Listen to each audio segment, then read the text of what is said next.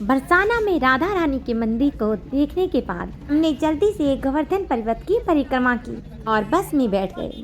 फिर हम पहुंचे मथुरा के वृंदावन में। जैसे ही हम प्रेम मंदिर वाले मार्ग पर पहुंचे, हमें देखने को मिला ये माता वैष्णो देवी धाम, जिसकी पार्किंग में हम आ चुके हैं। प्रेम मंदिर वाले मार्ग पर पहुंचते ही आपको ये वैष्णो देवी धाम दिखाई पड़ने लगता है, क्योंकि यहाँ पर माता वैष्णो देवी की 141 फीट की प्रतिमा बनी हुई है और इतनी अधिक ऊंचाई होने के कारण इसका नाम गिनीज बुक ऑफ रिकॉर्ड में भी दर्ज है। ये हम पार्किंग में है और ये सड़क की दूसरी तरफ माता वैष्णो देवी धाम है, जिसे दिल्ली के कारोबारी जेसी चौधरी ने 2003 में बनवाना स्टार्ट किया था और 2010 में ये बिल्कुल कंप्लीट बन गया था। इस मंदिर का परिसर 11 एकड़ में फैला हुआ है, जिसमें माता का मंदिर और दर्शन गुफा, आध्यात्मिक हॉल, फ्री डिस्पेंसरी और लंगर हॉल बना हुआ है। बिल्कुल शाम होने को थी, लेकिन इतनी ज़्यादा भीड़ थी, इतना रश था कि बता नहीं सकते। माता के दर्शन के लिए भक्तों में होड़ लगी हुई थी और मुझे अपनी चप्पल की जोड़ी को रखने की कोई जगह भी नहीं मिली। इस तरह चप्पल छोड़ने पर चप्पल रिस्क में थी, लेकिन उधर सामने देखते ही माता के दर्शन हो गए। तो अब तो मुझे चप्पल को यूं ही साइड में छोड़ना पड़ा, किसी भले व्यक्ति की निगरानी में। तो चप्पल को यहीं छोड़ते हैं और हम आगे चलते हैं। ये मंदिर में जाने का रास्ता है।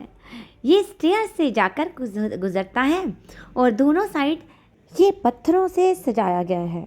आसपास का नज़ारा बेहद ही खूबसूरत दिख रहा था और मौसम भी खुशगवार है और माता वैष्णो देवी को देखकर मन में श्रद्धा के भाव जाग रहे थे और उन्हीं के चरणों में विराजमान थे ये हनुमान जी। स्टेयर से ऊपर आने पर हमने चारों तरफ देखा तो सभी लोग अपनी पिक्चर्स लेने में बिजी थे। कुछ लोगों को माता के दर्शन की जल्दी भी थी। जैसे जैसे शाम ढल रही थी, माता की प्रतिमा बहुत ही भव्य दिखने लग गई थी। प्रतिमा बहुत ही ऊंची बनाई गई थी और बिल्कुल हम उसके पास से गुजरने वाले थे। अब हम बिल्कुल प्रतिमा के नीचे हैं और सभी माता का जयकारा लगाते हुए भक्तगण चलते जा रहे हैं।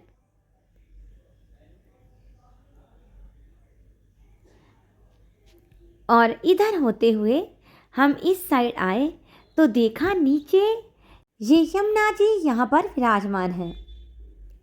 पानी के बीच में इतनी सुंदर प्रतिमा बनाई गई है कि देखते ही मन मुग्ध हो जाए। अब मैं यहाँ से आपको चारों तरफ का नज़ारा दिखा रही हूँ। बनाने वाले ने बहुत ही खूबसूरती से इस प्रतिमा को बनाया है और इसके पीछे बैकग्राउंड में पानी का ये कृत्रिम वाटरफॉल बनाया गया है। उससे यहाँ की खूबसूरती और भी बढ़ जाती है।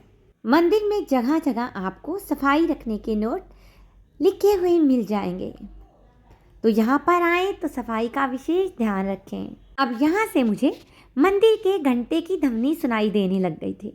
बहुत ही रश था, लेकिन मन बहुत ही शांत था और हम मन में पवित्र भावों को लिए और माता वैष्णो देवी का जयकारा लगाते हुए निकलते जा रहे थे।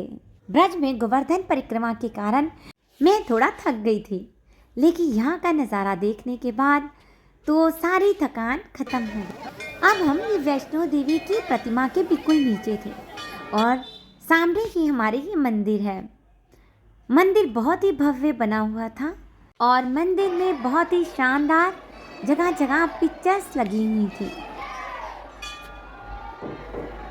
सामने आप देख सकते हैं कितने खूबसूरत प्रतिमाएं बनाई गई थी और जिनमें रंग बिरंगी रोशनी भी लगी हुई है। यहाँ पर ये गजानन विराजमान है और उनके साथ ये देखिए सभी भगवान जी स्थापित हैं। ये देखिए यहाँ पर परिक्रमा मार्ग बना हुआ है और इसमें चारों तरफ ये देखिए यहाँ पर विष्णु और लक्ष्मी विराजमान थे और चारों तरफ हमें ये देखिए इधर राधा कृष्ण की जोड़ी। इस तरह मंदिर को बहुत ही अच्छे तरीके से सजाया गया है और यहाँ पर आप कुछ डोनेशन करना चाहें तो कर सकते हैं। मंदिर बहुत ही बड़ा बनाया गया है और इसमें सफ़ेद पिलर आपको जगह जगह देखने को मिलेंगे। जैसे जैसे आप चलेंगे आपको सभी भगवान जी की ये प्रतिमाएं बनी हुई मिलेंगी, जो कि बहुत ही खूबसूरती से बनाई गई हैं और मूर्ति को स्पर्श ना करने के लिए नोट लगाए गए हैं। ये कान्हा जी कालिया नाग के साथ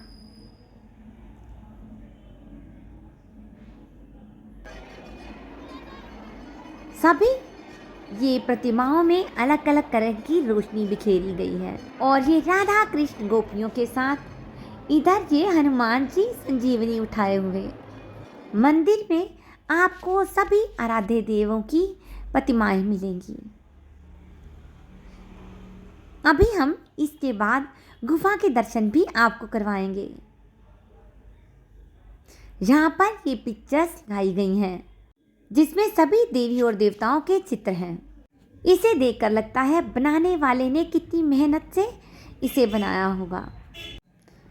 अंदर का ये सारा हिस्सा सफ़ेद पत्थरों से बनाया गया है। मंदिर में हर समय आपको भक्तों की भीड़ दिखाई देगी। यहाँ पर आपको राधा कृष्ण की पिक्चर्स ज़्यादा मिलेंगी।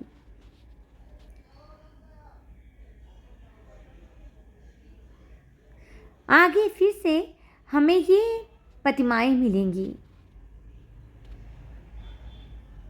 ये ब्रह्मा विष्णु महेश यहाँ पर विराजमान थे। मैंने इन्हें नमस्कार किया तो आगे ये श्री कृष्ण भगवान गोवर्धन उठाए हुए, ये श्री शंकर भगवान गंगा को नीचे उतारते हुए। सभी मूर्तियाँ बहुत ही मेहनत से बनाई गई हैं और यहाँ पर राम सीता और लक्ष्मण जी को हम माथा टेकेंगे। यहाँ पर विष्णु भगवान जी लक्ष्मी जी के साथ विराजमान हैं।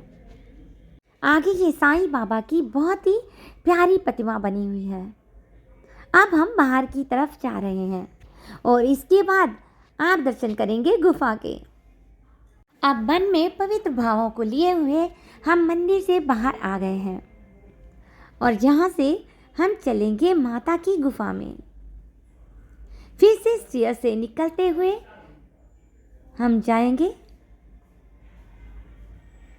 और पीछे का आप पूरा एटमॉस्फेयर देख सकते हैं, कितना सुंदर नज़ारा है।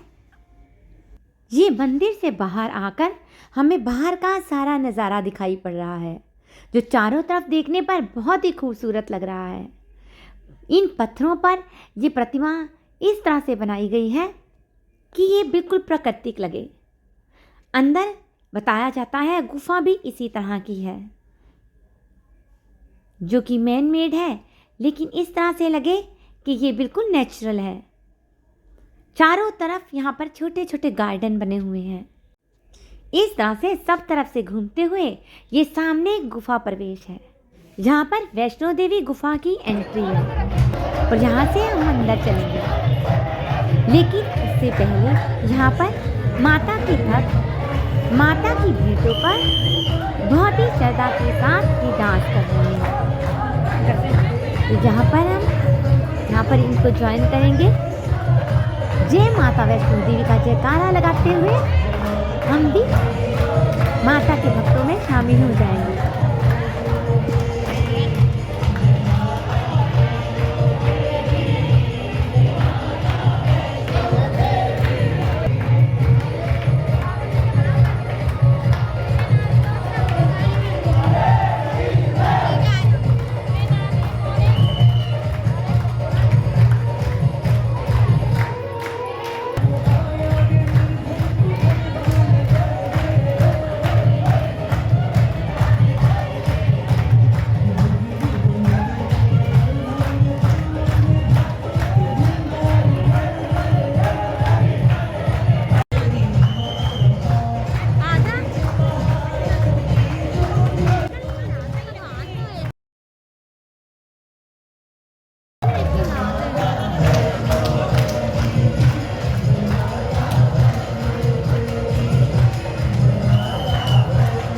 यहाँ से ये गुफा की एंट्री है। यहाँ पर प्रवेश द्वार है और इसके जस्ट बिल्कुल सामने ये एग्जिट भी है। अब हम गुफा के अंदर चल रहे हैं और सबसे पहले ये गजानन जी को नमस्कार करते हुए हम आगे चलेंगे। यहाँ माता के सभी रूप हमें देखने को मिलेंगे। सबसे पहले ये दुर्गा माता, शेरावाली माता यहाँ पर विराजमान है। गुफा में चारों तरफ पत्थरों से इसे बिल्कुल प्राकृतिक रूप दिया गया है और ये माता के 9 रूप जो हम देखते हैं, यहाँ पर ये ब्रह्मचारिणी माता विराजमान है। और उसके बाद ये माता है, यहाँ पर ये माता के चौथे रूप को दर्शाया गया है, कुष्मांडा माता। सभी मन में पवित्र भावों को लिए हुए परिक्रमा मार्ग पर चल रहे थे। इस तरह से इधर परिक्रमा करने के बाद हम आगे चलते जा रहे हैं।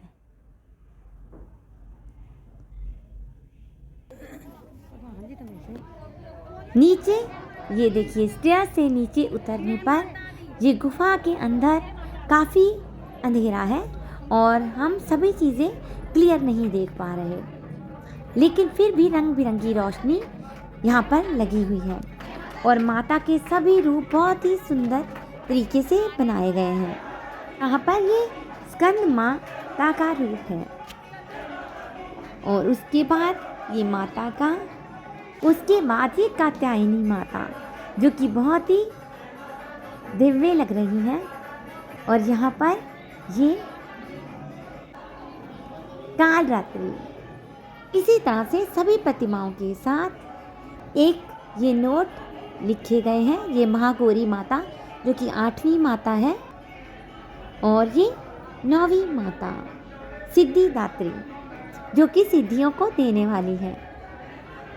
इसके बाद ये है भैरव जी। जैसे कि वैष्णो देवी में बाद में भैरव जी के दर्शन होते हैं, तो यहाँ पर भी किए गए हैं। अब हम ये बाहर की तरफ जा रहे हैं और ये देखिए, सामने ही आपको प्रवेश द्वार भी दिखेगा। माता के दर्शन करने के बाद सभी मन में शांत भावों को लिए हुए बाहर आ रहे हैं और बाहर की तरफ चारों तरफ इस तरह से ये फाउंटेन लगाए गए हैं जो कि देखने में बहुत ही खूबसूरत लग रहे हैं। सिर्फ इतना ही नहीं, यहाँ पर आपको माता वैष्णो देवी की तरह ही माता का खजाना और प्रसाद वो भी मिलेगा जो आप अपने साथ अपने घर ले जा सकते हैं। अब इस फाउंटेन के पास कुछ देर हम आराम करेंगे ताकि एक नई ऊर्जा के साथ आपको आगे का भी दर्शन करवा सकें। ये वैष्णो धाम बहुत बड़े एरिया में बनाया गया है। धीरे धीरे ये दिन ढलने को है और शाम गहराती जा रही है। ऐसे लग रहा है जैसे अंधेरा होने ही वाला है, लेकिन मुझे तो अभी प्रेम मंदिर के दर्शन भी करने हैं। दर्शन करने की बहुत इच्छा है, लेकिन चलने की बिल्कुल भी नहीं, क्योंकि मैं सुबह से थक चुकी हूँ। तो आपसे फिर से मिलेंगे नेक्स्ट ब्लॉग में प्रेम मंदिर की वीडियो के साथ। तब तक के लिए जय माता की।